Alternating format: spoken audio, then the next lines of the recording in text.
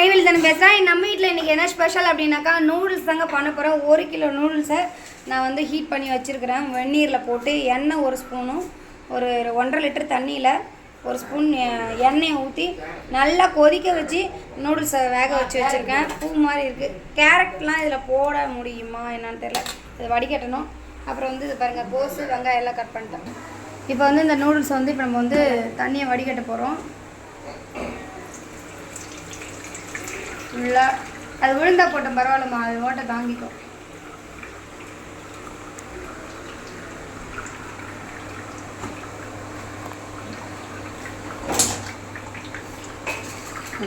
ரெண்டு பேரும் கஷ்டப்பட்டு வடிகட்டுறாங்க.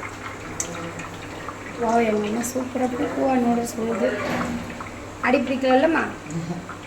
ஓகே, இப்போ இந்த நூடுல்ஸ் வந்து ஒரு 10 நிமிஷம், குறைஞ்சது ஒரு 1/4 மணி நேரம் வந்து இந்த ஆவி போகிற மாதிரி, ஹீட் போகிற மாதிரி ஆற வைக்கணும். நூடுல்ஸ் வந்து ஹீட்டு சீக்கிரம் போகணும் அப்படின்னா ஃபஸ்ட்டு இதில் வந்து தண்ணியை ஃபஸ்ட்டு ஆட் பண்ணிடணும். பச்சை தண்ணியை ஊற்றணும்.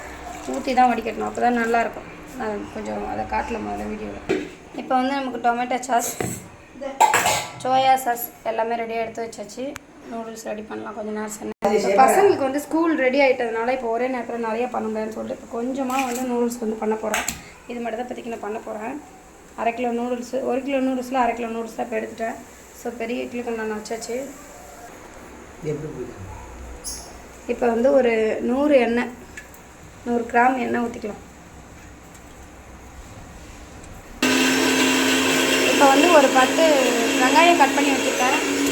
அதில் பாதி வந்து ஒரு கைப்பிடி போட்டுக்கலாம். 5 வெங்காயம் போட்டால் போதும். ஃப்ரை பண்ண உடனே ஒரு 5 தக்காளி பொடியாக நறுக்கி வச்சுட்டு போட்டுக்கணும்.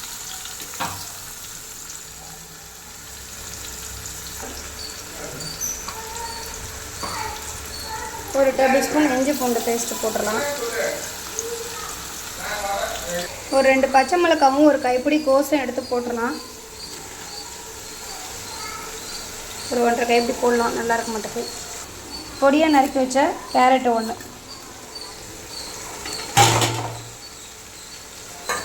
எல்லாத்தையும் நல்லா ஃப்ரை பண்ணணும். ரொம்ப டீப் ஃப்ரை பண்ணணும்னு அவசியம் இல்லை. நூடுல்ஸுக்கு கொஞ்சம் அரை வெக்காட்டு இருந்தாலே சாப்பிட்றதுக்கு செம்ம டேஸ்ட்டாக இருக்கும். ஒரு 1/4 டீஸ்பூன் வந்து தூளுப்பு போட்டால் போதும். இப்போ இதில் வந்து 2 முட்டையை வந்து நம்ம உடச்சி விட்டுக்கலாம்.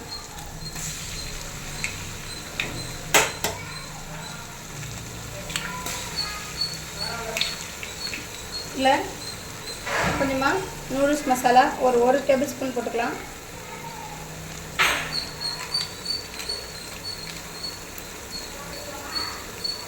ஒரு 1/2 டேபிள் ஸ்பூன் வந்து நம்ம மிளகுத்தூள் வந்து வீட்டில் அடித்து வச்சுட்டு போட்டுக்கலாம்.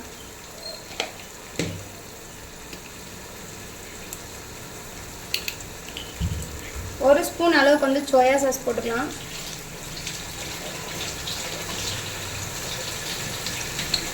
ஒரு ஸ்பூன் அளவுக்கு வந்து டொமேட்டோ சாஸ் போட்டுக்கலாம்.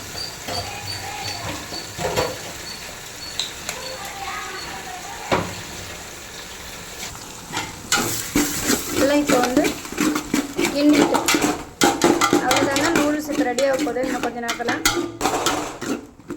இது எல்லாத்தையும் நல்லா கிண்டிட்டு நம்ம ஆற வச்சுருக்க நூடுல்ஸை அள்ளி ஊற்று போடணும்.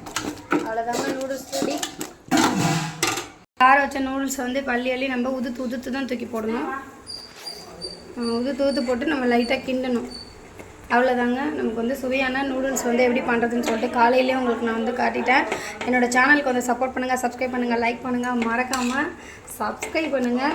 நிறைய சேனல் வந்து பார்க்குறீங்க, பெரிய சேனல் கூட பார்க்குறீங்க, ரொம்ப சப்போர்ட்டாக இருக்குது. பட் ஆனால் சப்ஸ்கிரைப் பண்ண மாட்டேங்க. ப்ளீஸ் எனக்கு சப்ஸ்கிரைப் பண்ணுங்கள். ஓகே, இதை கிண்டணும்.